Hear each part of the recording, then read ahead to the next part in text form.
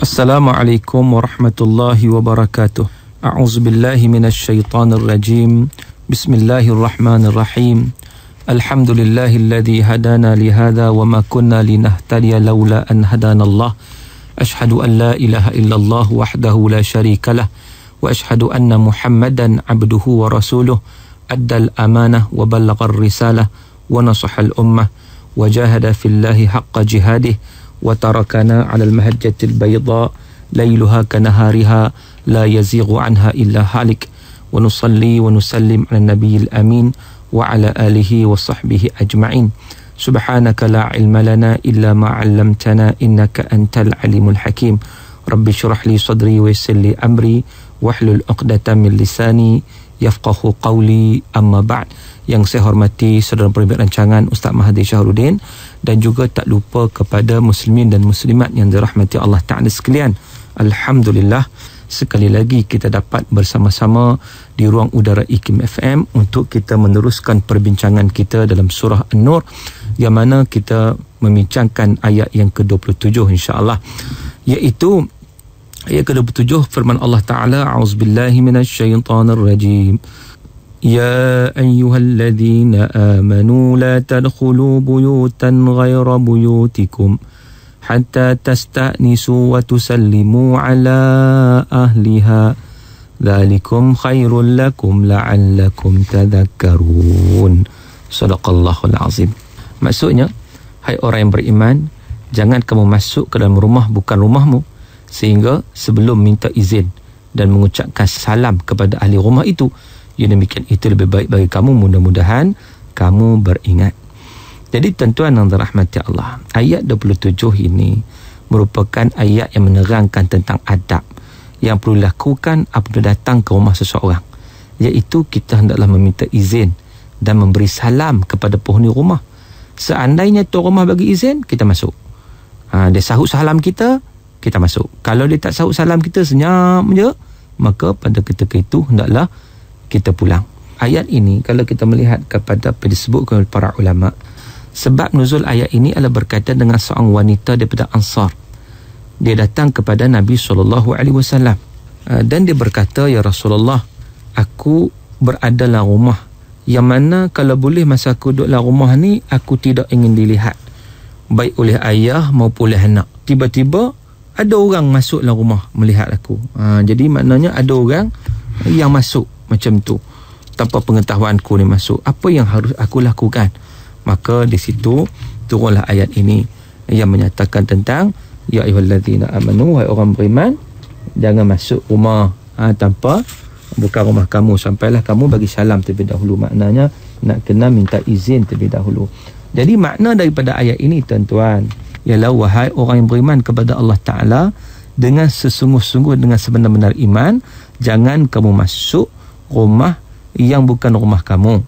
Sehinggalah kau nak masuk juga, kamu kena tahu yang pertamanya hatta tastanisu. Tastanisu ni maknanya kamu tahu keadaan mengizinkan. Kamu tahu kalau kamu pergi ni tuan rumah bagi keizinan. Kemudian wa tusallimu ala ahliha. Bukan sekadar itu, kedah kamu tahu dah yang mana orang bersedia nak menerima kita sebagai tetamu.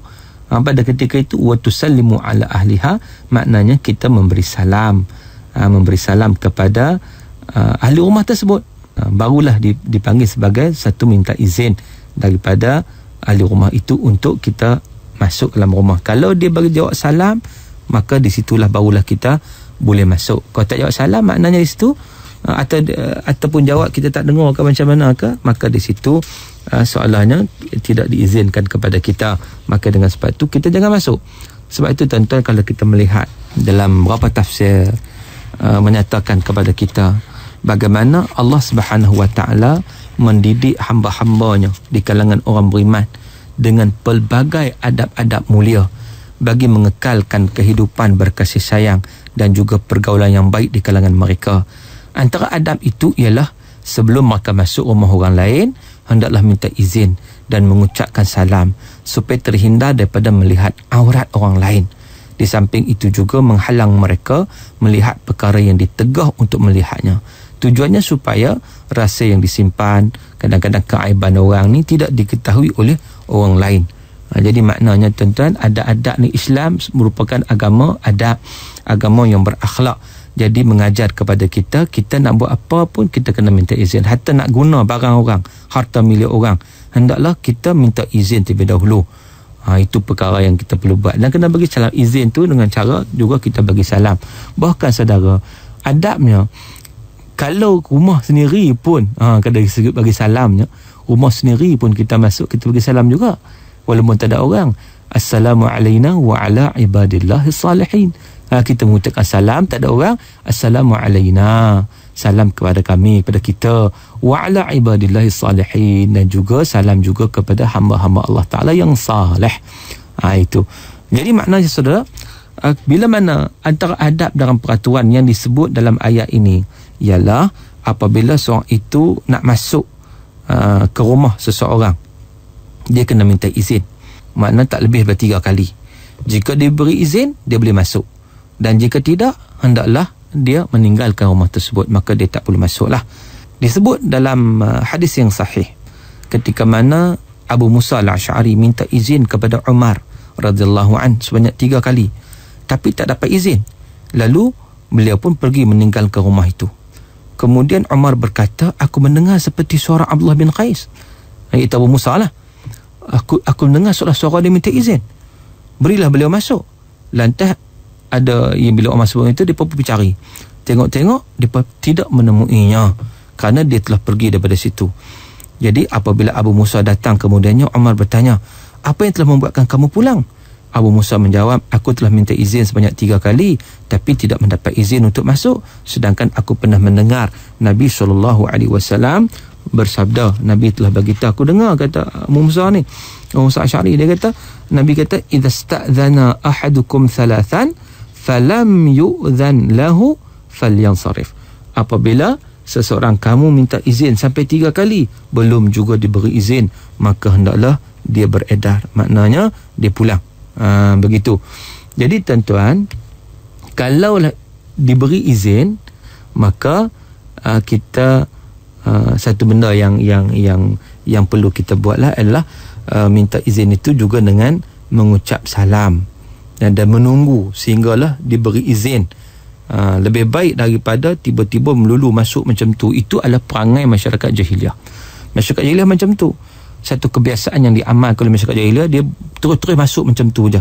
Tuan-tuan yang dirahmati Allah Ta'ala sekalian, ada juga satu hadis Rasulullah SAW satu hari dia minta izin. Nabi minta izin kepada Sa'ad bin Ubadah. Assalamualaikum warahmatullahi. Makna Nabi minta izin nak masuklah, bagi salam kepada Sa'ad bin Ubadah. Lalu Sa'ad berkata, waalaikumsalam warahmatullahi. Dia cakap dengan, dia jawab salam dengan perlahan. Nabi SAW tak dengar. Nabi ulang lagi. Nabi ulang sebanyak 3 kali. Assalamualaikum. Nabi ulang 3 kali. Dan Sa'ad ni, dia juga ulang 3 kali. Dia jawab salam Nabi SAW. Tapi Nabi bila dia jawab pelan, tuan-tuan, dia jawab salam tu perlahan. Jadi Nabi ingat tak ada orang kot, tak apalah, ataupun tak ada keizinan lah. Faraja'an Nabi SAW. Nabi pun balik. Lalu Sa'ad ni dia ikut belakang. Dia pun pergi mendapatkan Nabi SAW. Maka dia kata, ya Rasulullah, mari masuk, mana aku izinkan kepada kamu masuk. Tak nak masalah apa ni. Maka Nabi SAW menyatakan bagaimana Nabi dah bagi salam. Tak lalu Sa'ad pun menyatakan bagaimana dia jawab salam, tetapi dia jawab salam dengan perlahan, dengan tujuan supaya dia dapat berkat daripada salam Nabi. Nabi bagi salam banyak kali sikit. Itu. Jadi maknanya itu taktik dia lah. Lepas itu dia ajak Nabi SAW masuk ke rumah dia. Jadi makna di sini, apa yang kita nak bagi tahu ialah daripada perbuatan ini atau perkara ini juga menunjukkan juga kepada kita bagaimana Nabi SAW juga beramal atau melaksanakan minta izin. Walaupun Nabi, kalau kita tengok Nabi ni kan, patut boleh terus masuk lah kalau ikut kita lah. Tetapi Nabi SAW juga mengajar kepada kita betapa pentingnya untuk kita minta izin dan juga memberi salam ketika mana nak masuk ke rumah seseorang yang bukan rumah kita. Tuan-tuan yang dirahmati Allah, dalam tafsir Al-Azhar cantik juga dia memberitakan atau menceritakan kepada kita tentang perkara ini. Dalam huraikan ayat 27 ini, dia kata bagaimana orang mukmin, satu perkara dilarang masuk pekarangan rumah orang kalau yang mempunyai rumah tadi tak izin. Kita tahu kadang orang bagi izin tak izin. Jadi kalau kita tak izin, jangan kita pergilah. Satu perkara, pergi pun janganlah. Sebab apa? Sebab rumah ni, saudara, dia tempat menyimpan kerahsiaan. Tempat kita kata rahsia rumah tangga sebagainya. Maka dia orang ni dia ada hak untuk menyimpan privasi dia, kehidupan dia, urusan peribadinya. Maka dengan sebab itu kalau orang keluar masuk dalam rumah dia ikut sukanya, maka dengan sebab itu sudah tentu akan terbukalah, tersingkatlah keaiban dan sebagainya. Kadang-kadang mungkin juga dalam rumah dia pakai baju singletnya, kalau orang utara kata pakai baju peraknya, baju pagoda tu lah, baju lebih kurang koyak pula dan sebagainya, bertampan-tampan pula. Jadi kalau boleh dia tak mau orang tahu, orang luar tahu dia tak mau. Kalau orang minta izin dulu bagi salam, kurang-kurangnya dia tahu, dia akan siap dulu, dia akan pastikan dia menjaga kepribadian ataupun keaiban dia pun malu kan. Maka dengan sebab itu dia boleh mengajak ataupun mempersilakan orang itu masuk. Jadi ada benda-benda yang orang luar tidak perlu mengetahui. Begitu juga kadang-kadang dalam rumah ni dia adalah perkara-perkara yang melibatkan suami isteri, berlakunya perselisihan, kekurangan belanja, anak-anak nakal, yang mana orang luar juga tak perlu tahu akan hal itu. Ini urusan rumah tangga, urusan tersendiri rumah tangga, yang mana orang lain tak perlu tahu. Maka dengan sebab itu, menurut peraturan Islam, sebagaimana yang disebut dalam tafsir Al-Azhar, dia kata cantiknya peraturan dalam agama Islam ini, iaitu bagaimana dijelaskan dalam ayat ini, orang yang beriman kepada Allah Subhanahu Wa Taala, dia tak boleh masuk macam tu saja rumah orang, walaupun siapa orangnya, tanpa izin orang tersebut. Maka dia kena memperhatikan atau keizinan, meminta keizinan. Kerana apa? Kerana kadang-kadang orang balik kerja contohnya, mungkin dia tanggalkan pakaian, jadi mungkin pakaiannya itu tak sesuai, terus-terus pak masuk tanpa bagi salam, tanpa bagi tahu, tanpa izin. Macam mana perasaan orang itu? Tambah-tambah pula orang itu orang yang dihormati dalam masyarakat kan, tiba-tiba masuk-masuk kawan aurat pun tak tutup lagi. Jadi maka benda-benda seumpama ni akan berlaku. Begitu juga termasuklah kita kata bila mana orang itu bersama privasi dengan keluarganya, tiba-tiba datang orang lain muncul di pintu masuk. Maka dengan sebab itu, antara adab juga bila nak masuk rumah orang ni, bila kita bagi salam, kita jangan duduk betul-betul tengah-tengah rumah, bukan tengah-tengah pintu. Jangan sekali dia buka-buka pintu, zap, nampak terus sampai ke dalam tu apa yang ada. Kalau boleh kita duduk di sisinya, di tepinya. Bila dia buka pintu, kita dapat muka dia je. Contohnya dia pun bukan tengok kejap, dia kata tak apa, tunggu sekejap contohnya. Itu lepas tu baru dia akan bagi kebenaran kepada kita. Tuan-tuan yang dirahmati Allah Ta'ala sekalian, maka dengan sebab itulah ini satu perkara yang kita tengok merupakan satu adab yang diajar kepada kita untuk kita benar-benar menjaga adab tersebut untuk memastikan hubungan sesama umat Islam itu terpelihara, supaya kita tidak melakukan sesuatu yang tak beradab macam kita sebut tadilah. Selain pada minta izin, kita bagi salam, adab juga maknanya bila kita main rumah orang ni, kita tak berdiri di depan pintu rumahnya. Sebab ada hadis Nabi dalam Sunan Abu Daud, ia menyatakan, kata Nabi SAW, ataupun an Abdullah bin Busr qala kana Rasulullah SAW idza ata baba qaumin lam yastaqbil bab min tilqa'i wajhi walakin min ruknihi al-ayman aw aysar wa yaqulu assalamu alaikum wa dhalika anna ad-dur lam yakun 'alayha yawma idzin sutur. Abdullah bin Busr radhiyallahu anhu berkata, apabila Rasulullah SAW sampai di pintu rumah seseorang, baginda tidak akan berdiri menghadap pintu tersebut. Sebaliknya, baginda akan berdiri di sisi kanan atau kiri pintu sambil mengucap Assalamualaikum, Assalamualaikum. Begitu. Ini kerana pada ketika itu tiada langsir di pintu rumah. Jadi itu satu perkara yang diajar kepada kita oleh Nabi SAW. Selain daripada itu, tetamu juga hendaklah memperkenalkan diri apabila diminta oleh tuan rumah. Sebagaimana daripada Muhammad bin Munkadir qala sami'tu Jabiran radhiyallahu anhu yaqul ataitu Nabi sallallahu alaihi wasallam fi dainin kana ala abi فدققت الباب فقال من ذا فقلت أنا فقال أنا كأنه كرهها. Jabir radhiyallahu anhu berkata, aku datang bertemu Rasulullah SAW atas urusan hutang ayahku. Aku pun mengutuk pintu rumah baginda. Baginda pun bertanya, siapa itu? Aku menjawab, saya. Baginda menjawab, saya.